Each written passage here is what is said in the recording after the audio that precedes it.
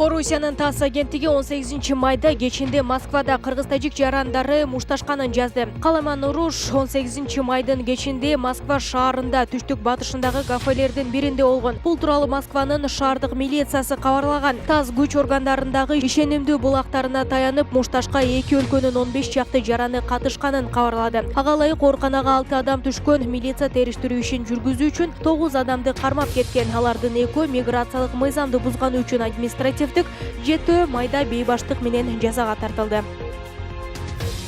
Коронавируска каршы республикалык ыкчам штабтын бүгүнкү 20 майдагы маалыматына караганда кечээден бери Кыргызстанда бул илдеттен 4 адам каза болду. Көз жумган бейтаптардын экөө Бишкекте, экөө Чүйдө катталды. Жалпысынан өлкөдө коронавирустан каза болгондордун расмий саны 1729га жетти. Соңку бир күн ичинде вирус дагы 361 адамдан табылды. Алардын эң көбү Бишкек шаарында жана Чүй облусунда. Өлкөдө бул оору жуктургандардын расмий катталган саны 101.580 адамга жетти. Бир күндө 320 адам айыгып чыкты. Азыр ооруканада 1567 адам жатат. Дагы 2461 бейтап үйдөн дарыланууда. Кыргызстанда 2020 жылдын март айында башталган коронавирус эпидемиясы июль айында курчуп, көп киши каза болгон. Бишкектеги студенттердин бейтапканасында коронавирус оорусунан эмдөө боюнча кошумча пункт ачылды. Аталган поликлиника Рыскулов көчөсү 8 дареги боюнча жайгашкан. Вакцина сайдыруучулар саат 15:00дөн 23:00га чейин баруусу керек. Суроолор боюнча 0312 66 52 63 номерине чалууга болот. Шаар бийлиги Бишкек эпидемиологиялык абал жакшырбай жатканын, оорудан сактануунун натыйжалуу жолу вакцина алуу экенин белгиледи. Эмдөө тууралуу суроолор боюнча 313 297 тынымсыз линиясына же мамлекеттик санитардык эпидемиологиялык көзөмөлдөө борборуна 0708 521 710 номери аркылуу байланышууга болот. Артем Новиков министрлер кабинетинин төрагасынын биринчи орун басарлыгынан башка ишке өткөнүнө байланыштуу бошотулуп, Орус Кыргыз өнүктүрүү фондунун башкармалыгынын төрагасы болуп дайындалды. Бул тууралуу 20 майда министрлер кабинетинин басма сөз кызматы кабарлады.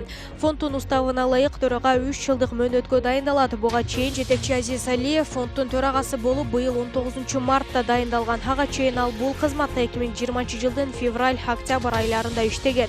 Орус-Кыргыз фонду 2014-жылы эки өлкөнүн өкмөттөрүнүн ортосундагы келишимдин негизинде Кыргызстандын Евразия экономикалык биримдигине интеграция болушуна орус тараптан жардам катары түзүлгөн. Катастрофалардын баары болушу толук мүмкүн. Буга эч ким гарантия бере албайт.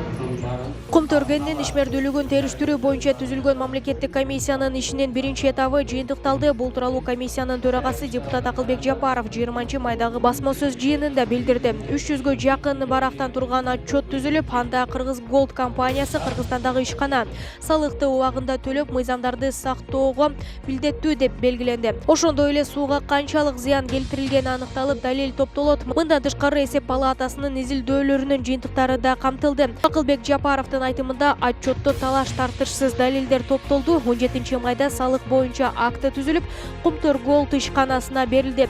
Жапаровдун айтымында экологиялык зыян келтирилгени талашсыз далилденет. Экологиялык зыяндын айынан 60 киши майып болуп, 19 киши каза болгон. Кум Төргендин ишмердүүлүгүн текшерүү боюнча түзүлгөн депутаттык комиссиянын иши дагы 3 айга узартылган.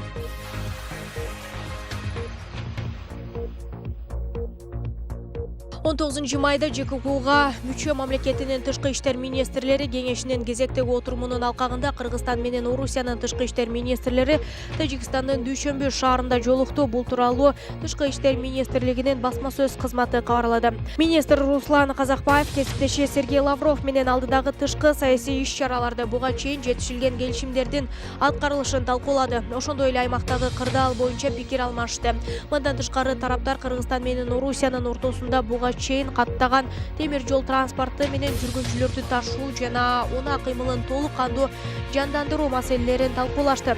Сергей Лавров Кыргыз-Тажик чек арасындагы чыр чатакты жөнгө салуу боюнча Кыргыз тараптын иш аракетин кубаттады жана Кыргыз-Тажик мамлекеттик чек арасын делимитациялоо жана демаркациялоо боюнча сүйлөшүү процессин улантуунун зарылдыгын белгиледи.